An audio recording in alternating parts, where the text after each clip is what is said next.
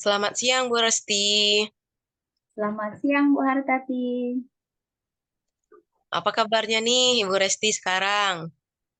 Alhamdulillah, baik Bu. Sudah mendingan, kemarin agak flu sedikit. Bagaimana dengan keadaan Bu Hartati? Bagaimana kabarnya? Alhamdulillah, seperti yang Ibu lihat, saya dalam keadaan sehat-sehat saja, Bu. Oh ya, Bu, boleh nggak saya meminta waktunya sebentar? Boleh. Ada apa, Bu? Ada hal yang ingin dibicarakan? Iya, ada hal yang ingin saya ceritakan terkait dengan apa yang saya rasakan akhir-akhir ini di dalam kelas. Boleh, Bu. Silahkan. Saya ingin mendengarkan keluh kesah Ibu atau cerita yang akan Ibu ceritakan kepada saya. Silahkan, Bu. Iya, begini Bu Resti. Akhir-akhir ini saya merasa kalau murid-murid di kelas saya itu kurang antusias dalam pembelajaran yang saya berikan, Bu. Mereka kurang termotivasi, kurang bersemangat. Bahkan hal itu juga berdampak pada pengumpulan tugas yang mereka kumpulkan. Untuk pengumpulan tugasnya sendiri, dalam jumlah murid di kelas saya itu hanya sekitar 60% yang mengumpulkan tugas. Itulah yang menyebabkan saya tidak bersemangat lagi untuk masuk ke dalam kelas, Bu. Hmm, iya, pantesan beberapa hari ini saya lihat Ibu agak sedikit murung, kurang bersemangat. Biasanya kalau misalnya Ibu mau masuk kelas, itu luar biasa. Dengan prepare yang luar biasa, Ibu semangat pasti mengajarnya di dalam kelas. Rupanya ada hal yang membuat Ibu seperti itu, agak kurang antusias dalam mengajar. Baik. Berarti topik kita hari ini pembicaraannya terkait tentang kondisi siswa di dalam kelas Ibu yang kurang bersemangat, kurang antusias dalam proses pembelajaran yang Ibu ampu, serta kondisi ataupun kendala anak-anak Ibu tidak semuanya mengumpulkan tugas. Apakah benar, Bu? Iya, benar sekali, Bu Resti. Hmm, oke. Menurut Ibu, hal apa saja yang menyebabkan murid-murid Ibu kurang antusias dalam pembelajaran? Mungkin ada beberapa hal kali, Bu, ya, yang menyebabkan mereka kurang antusias.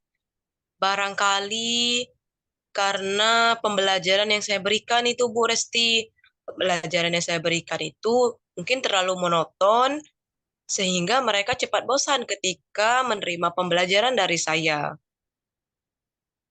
Baik. Berarti tujuan yang ingin dicapai dari percakapan kita ini artinya Ibu mau siswanya itu lebih bersemangat seperti itu ya, Bu ya. Apa Iya, kira-kira Bu. tujuan percakapan kita hari ini? Ya, benar, Bu. Saya mengharapkan sekali ketika sudah berbicara dengan Ibu Resti ini, saya bisa mendapatkan solusi atas permasalahan yang saya hadapi. Saya ingin antusiasme siswa saya terhadap pelajaran yang saya berikan itu lebih meningkat, Ibu. Mereka lebih semangat lagi dalam belajar dan tidak malas-malasan lagi. Ya, baik.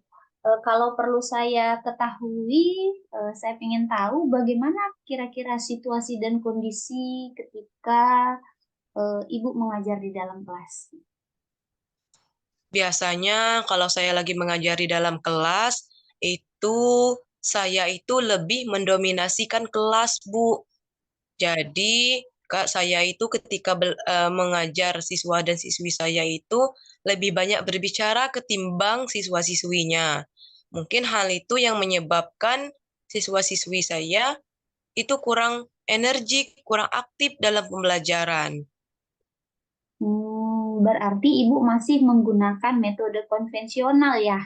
Metode konvensional itu artinya guru lebih banyak bercerita, lebih banyak eh,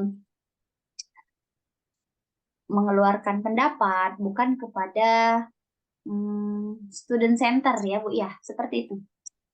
Ya, seperti itu, Bu, pembelajaran yang saya lakukan biasanya. Berarti itu sangat mempengaruhi nggak kira-kira Bu terhadap proses Saya, pembelajaran yang Ibu lakukan? Saya pikir itu sangat mempengaruhi, Bu, karena terbukti beberapa hari ini ternyata siswa saya tidak aktif dalam pembelajaran di kelas. Ya, benar, Bu. Kalau misalnya masih menggunakan metode teacher center, artinya tidak ada pembelajaran yang menarik yang Ibu tawarkan. Nah, dari pemaparan Ibu tadi, kira-kira nih, situasi yang seperti apa yang ideal menurut Ibu dalam pembelajaran di dalam kelas yang Ibu inginkan seperti apa? Pembelajaran yang ideal ya, Bu ya. Menurut saya itu pembelajaran yang bisa menciptakan suasana kelas yang kondusif, Bu. Siswa-siswi bersemangat dalam mengikuti maupun mengerjakan tugas. Kemudian mereka merasa aman, nyaman, sehingga semangat mereka untuk mengerjakan tugas maupun menerima pembelajaran itu lebih bersemangat dan dilakukan dengan senang hati, Ya, tanpa betul. ada paksaan. Ya, saya sependapat dengan Ibu. Lalu, menurut pendapat Ibu, apa saja yang bisa membuat murid lebih semangat dan termotivasi pada saat pembelajaran yang Ibu ambil? Menurut saya, Bu ya, pembelajaran yang bisa membuat siswa-siswi itu lebih terpusat lagi, Bu. Jadi pembelajarannya harus berpusat pada murid, pada siswa, sesuai dengan bakat dan minatnya kali, Bu ya. Ya, benar, Bu. Berarti Ibu harus mempersiapkan pembelajaran yang sesuai dengan kebutuhan murid. Ada lagi kira-kira, Bu? Mungkin di sela-sela pembelajaran yang saya lakukan, akan saya selingi dengan ice breaking dan games-games yang menarik, Bu. Biar lebih bersemangat lagi siswa-siswinya. Ya, benar. Dengan penggunaan ice breaking, anak-anak juga semangat dalam belajar. Tentunya mereka akan bergerak-gerak, harus ada nanti mereka bisa tertawa, bercanda, dan sebagainya. Itu akan membuat rasa aman dan nyaman mereka dalam proses pembelajaran. Lalu tadi Ibu kita berbincang-bincang sedikit bahwasannya ada 60% orang ataupun 60% siswa yang ada di kelas Ibu itu tidak mengumpulkan tugas yang Ibu berikan. Apa yang menyebabkan hal itu dapat terjadi, Bu? Untuk pengumpulan tugas sendiri, saya rasa karena mereka itu tidak memahami materi yang saya berikan, Bu. Sehingga mereka tidak bisa mengerjakan tugas yang saya minta. Kalau misalnya penyelesaian mereka mengerjakan tugas tidak sesuai dengan harapan Ibu, kira-kira metode apa yang Ibu lakukan untuk mm, membuat mereka itu mengumpulkan tugas sesuai dengan apa yang Ibu inginkan? Mungkin yang pertama yang saya lakukan itu adalah saya akan memetakan kebutuhan anak didik saya, Bu. Apa itu minat mereka, masing-masing minat mereka, kemudian bakat mereka, sehingga nantinya tugas-tugas yang saya berikan itu bisa dikerjakan dengan senang hati sesuai dengan potensi yang dimiliki masing-masing siswa. Baik, Bu. Berarti kalau misalnya Ibu memberikan tugas sesuai dengan kebutuhan, dengan kemauan dan potensi bakat yang ada pada diri siswa, berarti Ibu sudah melakukan pembelajaran yang luar biasa. Itu juga termasuk pembelajaran yang berdiferensiasi. Kalau menurut Ibu, dari berapa media yang Ibu ajarkan, lalu ada penggunaan proses yang Ibu lakukan, dengan menghasilkan produk juga nanti sesuai dengan bakat dan minatnya masing-masing, eh, hal apa yang Ibu bisa lakukan untuk dapat meminimalisir terjadinya siswa itu tidak bersemangat dalam pembelajaran ataupun dalam mengumpulkan tugas. Mungkin hal yang bisa saya lakukan adalah dengan menerapkan pembelajaran yang inovatif, Bu. Menerapkan metode-metode dan juga model-model pembelajaran yang menarik lebih lagi. Nanti saya akan mempelajari metode-metode pembelajaran yang menarik tersebut dan menerapkannya di dalam kelas, Ibu. Ya, betul. Saya sependapat dengan Ibu. Kalau boleh saya tahu, Ibu menggunakan media atau sumber belajar apa agar siswa-siswa itu bersemangat dalam proses pembelajaran yang Ibu lakukan? Ya, biasanya saya menggunakan buku teks Ibu untuk medianya. Kemudian saya juga menggunakan tayangan PowerPoint yang bisa digunakan untuk menyampaikan materi. Ada sumber belajar yang lain, Bu, selain PowerPoint dan media yang digunakan? Saya pikir ada sih Bu, kayaknya. Seperti mungkin di referensi yang bisa saya ambil dari YouTube, kemudian dari artikel, kemudian dari contoh-contoh internet lain yang banyak. Mungkin saya juga bisa, Bu, menggunakan aplikasi yang sedang tren di kalangan murid-murid saya. Misalnya, saya pikir media aplikasi di TikTok, kemudian di Instagram. Itu sepertinya bisa, Bu, untuk dilaksanakan di dalam kelas. Nah, benar sekali, Bu. Penggunaan media pembelajaran yang berbasis IT, yang tadi seperti Ibu sebutkan bahwa ada yang penggunaan TikTok, bisa juga nanti Instagram, ada juga Capcut. Anak-anak lebih bersemangat dalam melihat pembelajaran yang Ibu lakukan. Seperti penggunaan media pembelajaran itu berarti anak-anak yang memiliki gaya belajar audiovisual itu mereka tersalurkan dalam menyerap pembelajaran. Bagaimana kalau misalnya Bu ada siswa-siswa yang tidak mau dengan menggunakan media pembelajaran? Nah, hal itu bagaimana Ibu menyikapi dengan penggunaan pemutaran video pembelajaran? Soal apalagi kalau ada kondisinya gaya belajar siswa itu yang kinestetik. Kira-kira hal apa yang dapat Ibu lakukan untuk mengantisipasi hal tersebut? Ya, untuk pembelajaran yang kinestetik, Bu, ya. Ya, Bagi siswa-siswi yang memiliki gaya belajar yang kinestetik, yang tidak suka melihat ataupun menonton tayangan video yang saya tayangkan, mungkin saya bisa melakukan pembelajaran yang berbasis praktik, Bu.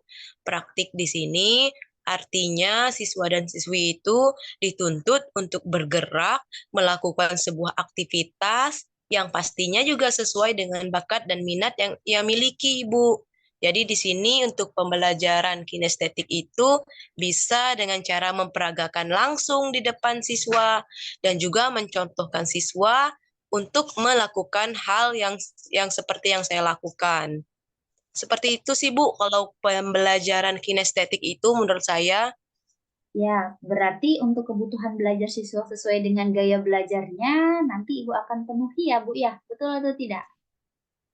Iya, Bu. Nanti saya setelah ini akan memetakan gaya belajar siswa, baik itu visual, kemudian audio visual, dan juga yang seperti yang Ibu sampaikan tadi, gaya belajar kinestetik. Saya setuju, Bu. Sepertinya nanti pembelajaran Ibu akan sangat menarik sekali dan hampir semuanya nanti antusias dan bersemangat dalam proses pembelajaran yang akan Ibu lakukan. Oke. Jadi, sekarang apa rencana Ibu untuk menyelesaikan permasalahan yang ditimbulkan dari mungkin ada beberapa siswa yang kurang antusias dalam belajar, lalu juga agar semuanya bisa mengumpulkan pekerjaan ataupun tugas yang Ibu berikan tepat waktu dan hampir semuanya dikerjakan. Apa rencana Ibu kira-kira? Saya itu sudah memiliki beberapa rencana sih, Bu, sepertinya. Mungkin yang pertama saya akan merancang dulu, Bu.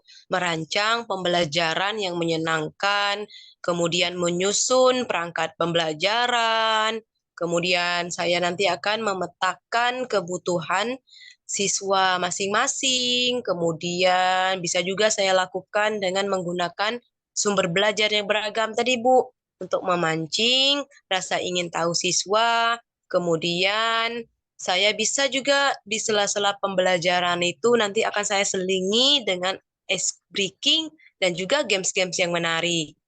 Itu sih, Bu. Ya, tadi saya dengar bahwa Ibu akan merencanakan pembelajaran yang menarik, pembelajaran yang menggunakan media pembelajaran, pembelajaran yang menggunakan ice breaking, dan mungkin ada media-media lain yang digunakan. Untuk melakukan rencana yang Ibu lakukan tersebut tuh, Kira-kira tahapan pertama yang sangat mendasar untuk untuk membuat perubahan yang akan Ibu lakukan itu rencana apa terlebih dahulu, Ibu?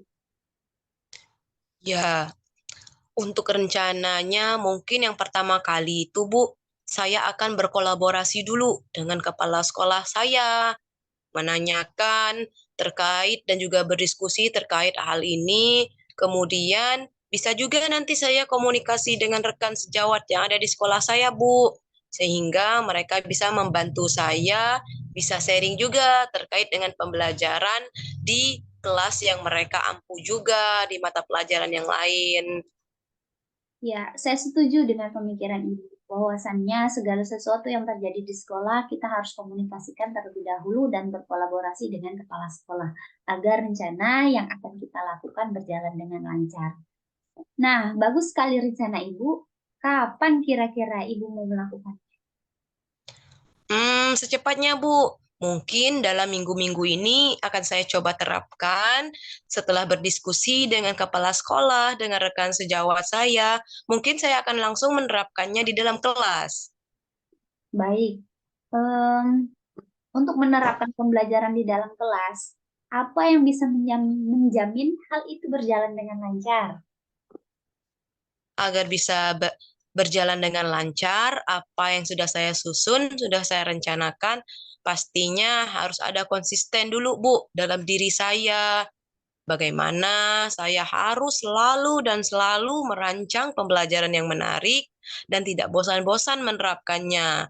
Kemudian menggunakan media-media pembelajaran yang beragam, kemudian metode-metode pembelajaran yang beragam, dan yang paling penting nih Bu ya, menurut saya itu adalah kesadaran diri dulu, konsisten dalam kesadaran diri saya tanamkan di dalam diri saya bahwasanya saya itu adalah pemimpin pembelajaran di dalam kelas.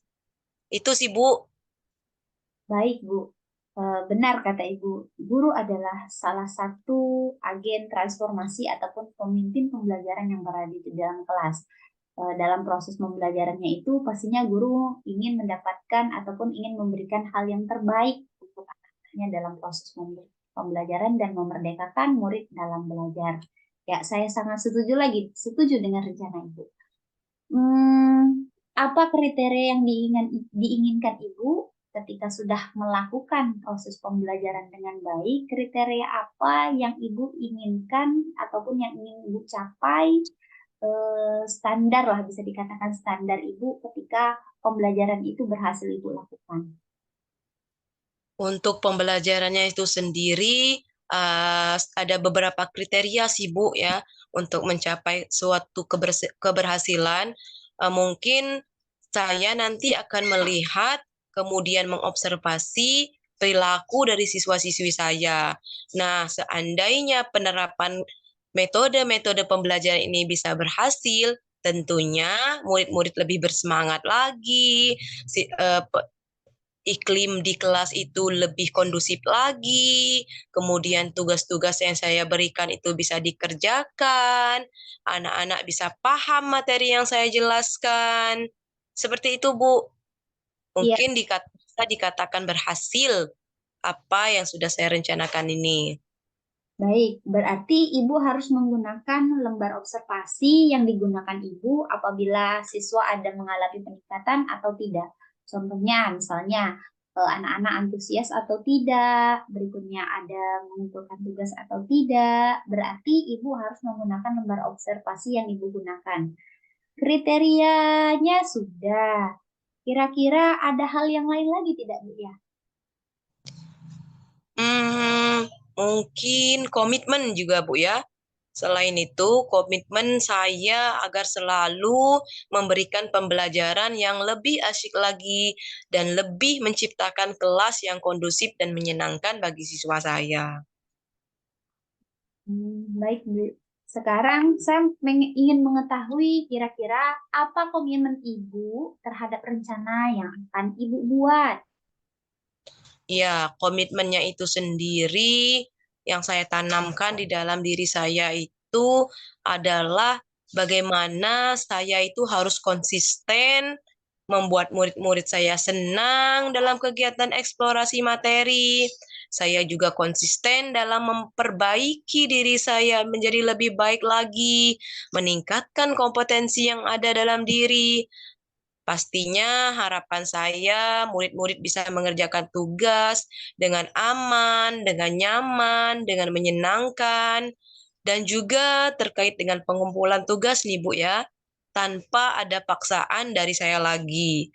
Artinya di sini siswa-siswi saya mengerjakan tugas itu atas dasar rasa tanggung jawab yang ia miliki di dalam dirinya terkait dengan tugas yang saya berikan. Bukan tanpa paksaan dari gurunya. Ya, saya sangat mendukung komitmen Ibu. Mudah-mudahan semua bisa berjalan dengan lancar sesuai dengan harapan Ibu. Oh ya, dukungan dari siapa saja yang Ibu butuhkan agar rencana Ibu bisa berjalan dengan lancar. Ya, pastinya saya membutuhkan dukungan-dukungan dari orang-orang atau warga sekolah saya, Bu.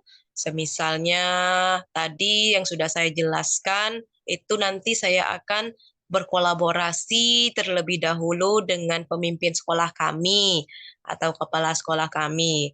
Nah, pastinya nanti saya akan meminta dukungan dari ibu kepala sekolah terkait dengan pembelajaran yang akan saya lakukan di kelas, kemudian terkait dengan masalah siswa saya. Selain itu, mungkin saya bisa juga berkomunikasi dan juga saya butuh dukungan yang penuh dari rekan-rekan sejawat yang ada di sekolah. Saya bisa bertukar pendapat tentang materi-materi yang mereka ajarkan juga di dalam kelas yang sama. Dan yang paling penting nih Bu ya, dukungan yang saya butuhkan itu adalah dari murid-murid saya sendiri. Karena nanti merekalah yang menjadi objek pembelajaran saya di dalam kelas. Baik, Bu. Berarti Ibu membutuhkan dukungan setiap warga sekolah ya, dari kepala sekolah, dari guru atau rekan sejawat, mungkin juga dari tenaga pendidikan, dan juga mungkin yang lebih urgent itu adalah dari murid Ibu sendiri. Nanti yang akan merubah pembelajaran yang biasa-biasa saja menjadi yang luar biasa. Baik, Bu. Jadi dari perbincangan kita ini ya, yang dari awal sudah mengetahui dan lalu udah Ibu identifikasi, ada tujuan pembelajar, ada tujuan yang ingin kita capai, sudah termasuk ke dalam aksi nyata. Kira-kira refleksi apa yang Ibu dapat dari perbincangan kita hari ini? Ataupun Ibu bisa menyimpulkan apa dari perbincangan kita kali ini? Baik Ibu, mungkin kesimpulan dari percakapan kita hari ini yaitu bagaimana seorang guru itu harus mampu menerapkan pembelajaran yang sesuai dengan kebutuhan siswanya, baik itu dari bakatnya, dari minat siswa tersebut, kemudian bahkan dari gaya belajarnya Ibu. Dari yang saya sebutkan ada audio visual, ada kinestetik juga.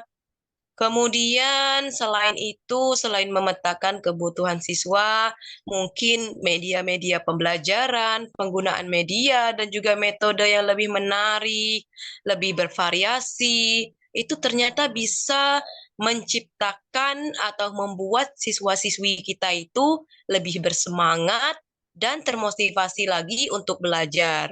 Dan pastinya akan ada efek yang baik yang ditimbulkan, dampak yang baik dalam mengerjakan tugas yang telah diberikan.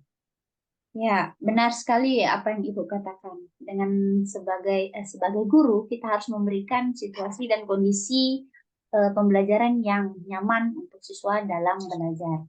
Nah, semoga berhasil ya, Bu. Saya tunggu kabar baiknya. Ya, Ibu, mudah-mudahan saya bisa berhasil menerapkan apa yang sudah saya susun, apa yang sudah saya rencanakan hari ini. Terima kasih ya Bu Resti sudah bisa sharing, sudah bisa diskusi dengan saya kali ini. Iya, sama-sama, Bu. Semoga ada solusi yang Ibu dapat dari perbincangan kita kali ini. Semangat Ibu, terus bersemangat. Semoga nanti akan menjadi pembelajaran yang asik, yang terwujud, pembelajaran yang menyenangkan juga terwujud. Saya doakan nanti Ibu akan menjadi pemimpin pembelajaran yang dirindukan oleh siswanya. Ya, mudah-mudahan Bu ya, semoga apa yang sudah Ibu sampaikan tadi bisa terlaksana dan bisa terwujud sesuai dengan harapan kita bersama. Iya, sama-sama Bu ya. Ya, baik. Terima kasih Bu Resti. Sampai jumpa di pertemuan selanjutnya, Ibu. Iya, terima kasih Ibu ya. Assalamualaikum. Waalaikumsalam warahmatullahi wabarakatuh.